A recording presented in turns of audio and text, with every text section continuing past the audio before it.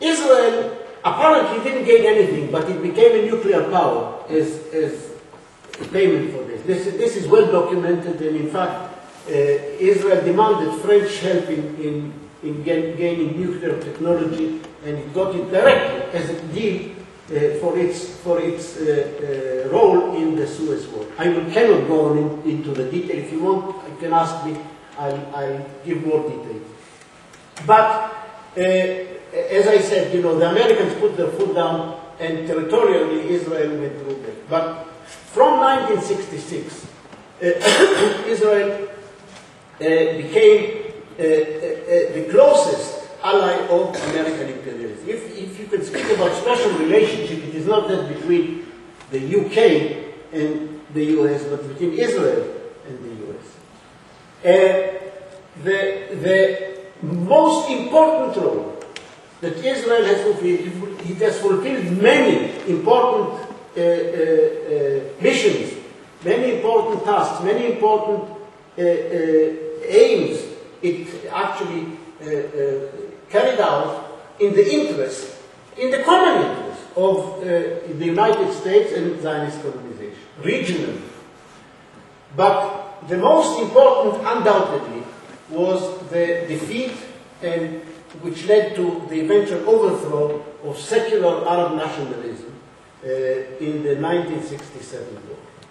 That was it. And since then, of course, there were many other services. I can quote you a whole list of them, and the Israeli press is from time to time full of this, kind of thing, listing the services that Israel has rendered to American interests in the region. But I think, what epitomizes it, and the sort of, if you like, the best expression of it is what Alexander Haig said. Alexander Haig was Richard Nixon's White House Chief of Staff in the 1970s. He was NATO Supreme Allied Commander later on, and he was Ronald Reagan's Secretary of State. And this is what he said. He says, I am pro-Israel because Israel is the largest American aircraft carrier in the world that cannot be sunk. It's an unsinkable aircraft carrier, and does not carry even one American soldier, and is located in a critical region for American national security. Okay, so I mean you can translate this to a less florid language, but I mean I think the meaning is quite clear.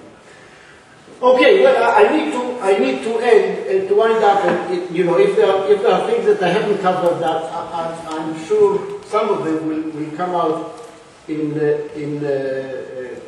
discussion time. But what is important to realize is that Zionism and the Zionist colonization project and the Israeli settler state fulfill an important strategic role for imperialism, historically and present, for the hegemonic imperialism, which is American imperialism.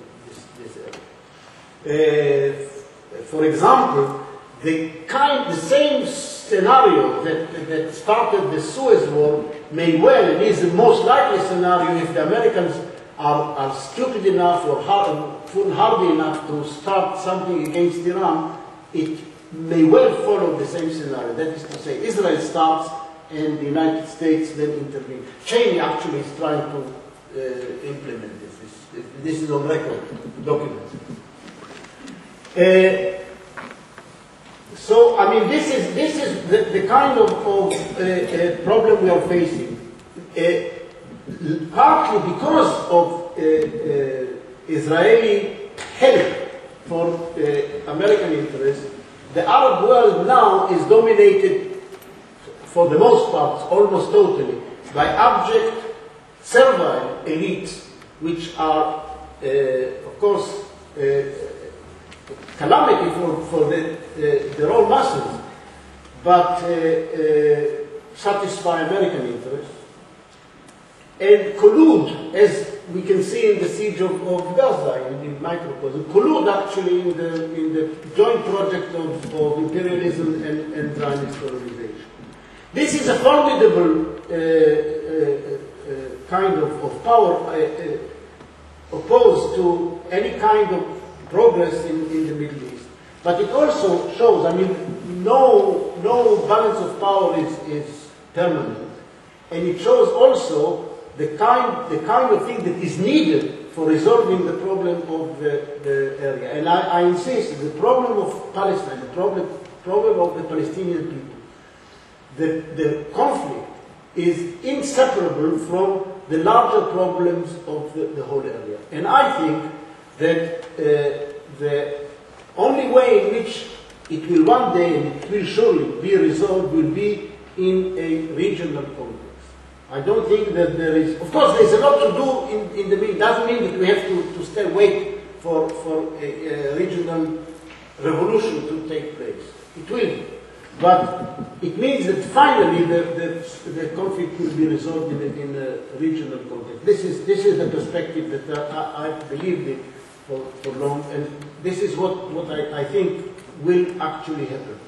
And I think, again, returning to the events in Gaza and northern Sinai, it is going to happen by non-violent mass action, but perhaps backed by the availability of arms, because otherwise it can be easily defeated, and it will be a kind of unity of action between the Palestinian masses and the masses of the rest of the Arab world, who can also offer a viable perspective, an attractive perspective for the ordinary Israeli people, for the Israeli working class. Thank you.